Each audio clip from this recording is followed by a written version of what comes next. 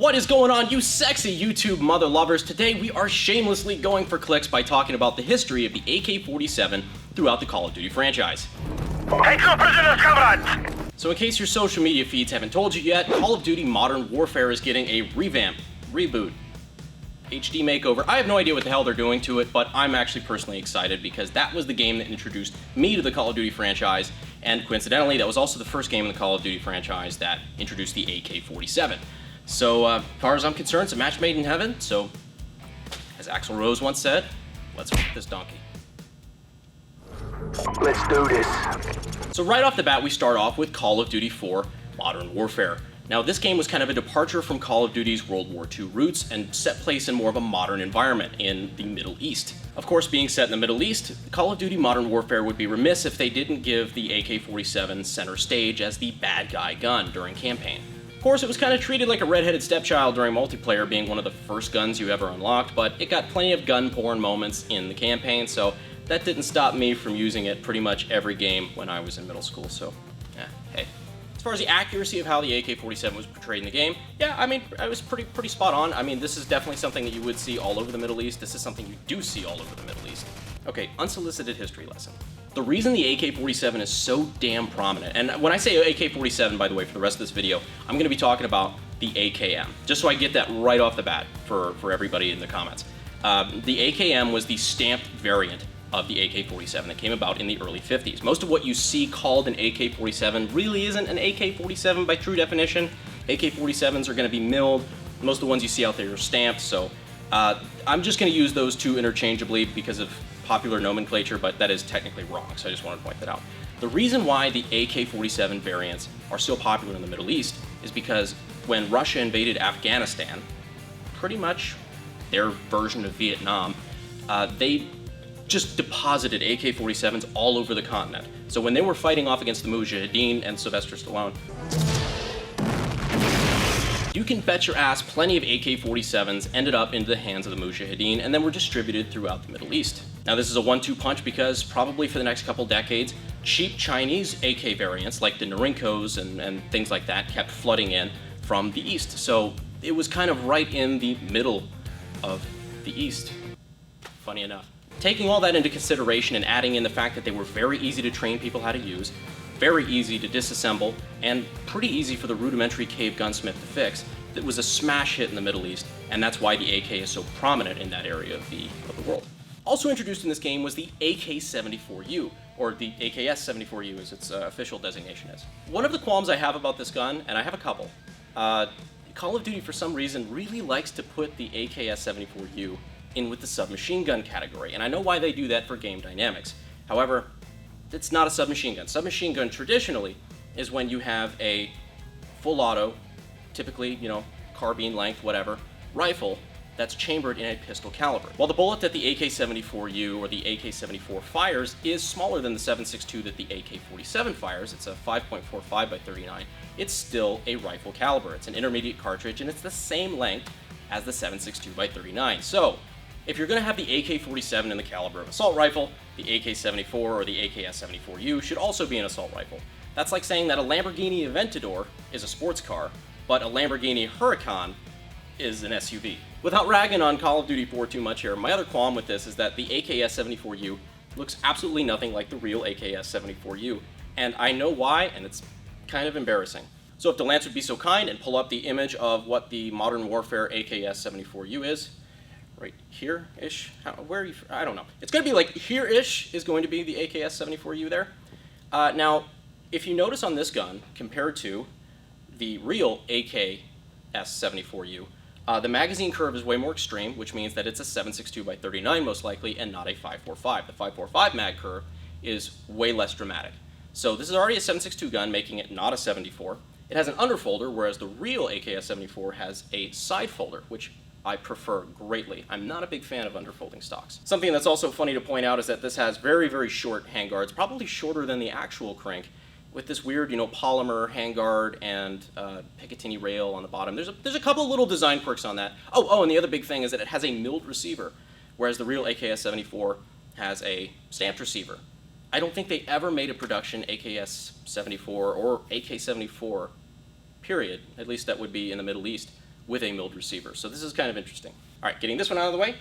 I even made the noise with my mouth. I don't know why I did that. So this gun here, I think the reason why it looks the way it does is because there is an airsoft variant of it out there, and I'm pretty sure that the game developers just went to Walmart, bought this thing for 50 bucks, and modeled it, and took that as gold. That makes me sad. But now that we're done with that, we're going to move on to Modern Warfare 2. Now this game, the AK-47 looked just about the same as it did in Modern Warfare 1, with the difference that it got some polymer furniture upgrades.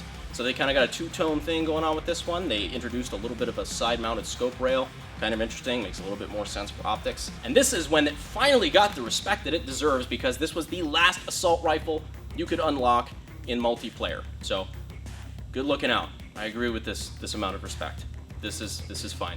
The only complaint I have about this that I didn't address in the last one is that on this particular one in Modern Warfare 2, the furniture upgrade that they gave the AK is like some really cheap furniture that's available for like 50 bucks online. It's all cheap polymer, so no idea who was using this in this game. I really don't remember, but they probably shop at Walmart a lot. I don't like it. Jumping ahead a little bit to the future, Black Ops 3. Now, Black Ops 3 kind of had a really kind of cool sci-fi take on the AK called the KN-44. Some of you may not have known this was an AK variant, but it very, very clearly favors the AK. It's obviously gas piston operated, it's got that nice big AK mag there. They even went with the fake futuristic bakelite, which I really appreciate. It's kind of cool. This was just a really cool futuristic Terminator-esque take on the AK-47 that was kind of cool, creative, and I actually gotta give it to the game designers. It looks pretty damn cool. So, not really a lot to say about it. It's a future gun, doesn't exist, don't really know much about it, so just thought it was worthy of mentioning. Right on out. I keep doing that, why? Moving on to the game that most Call of Duty fans like to pretend didn't exist, Infinite Warfare. A lot of Call of Duty fans like to pretend that this game didn't really exist. However, the amount of times I was hungover on my friend's couch and played this game because he literally owned no other games for PlayStation, it's got a soft spot in my heart. And of course, when I was playing hungover, the only gun I would ever play with was, of course, the Volk. Now, this right here is another futuristic take on the AK. However, it is little less inspired, considering it pretty much is just a direct reproduction of the Elysium AK that Matt Damon used. Make Damon? Really? Again, future gun, can't really rate it for accuracy, but yeah, okay. That's kind of neat. Moving on. That's on the other side. Is it? Yeah. Oh. Now moving back over to World War II, we have, of course, the newer Call of Duty World War II. Now, in this game, we had an early AK variant, the STG-44. I'm just fucking with you guys. I wanted to see what the comments were going to look like. Moving on. Now, the one other thing I will say about Call of Duty and the AK-47 is that as much as I enjoyed growing up playing the Call of Duty games, it is responsible for one thing that has plagued me long into adulthood, which is the inaccuracy myth of the AK-47. That little accuracy bar on every damn Call of Duty game is probably why 60% of my comments section used to think at one point that the AK-47 was inaccurate.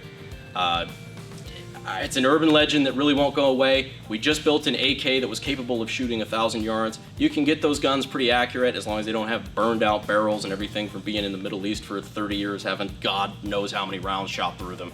So I kind of have to, I'm getting a little salty thinking about it.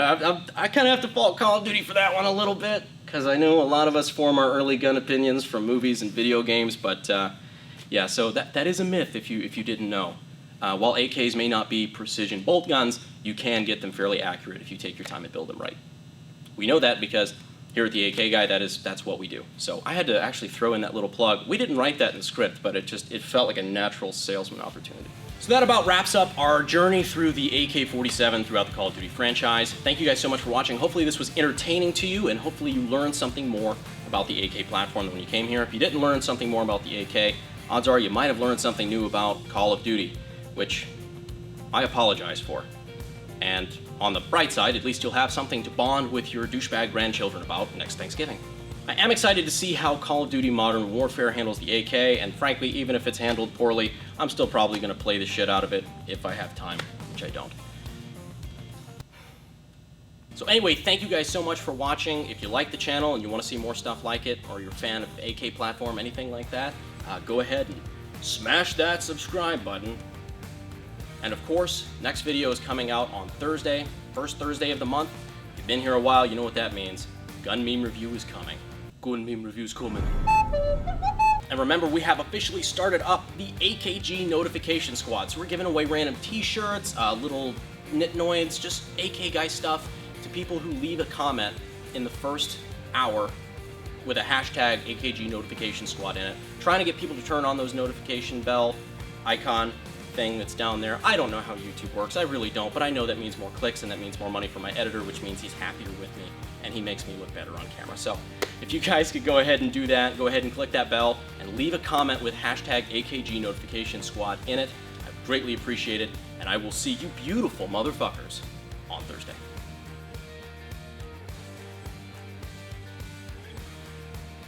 Okay, unsolicited. Oh, unsolicited. Okay. So, of course, it wasn't valued very high in multiplayer.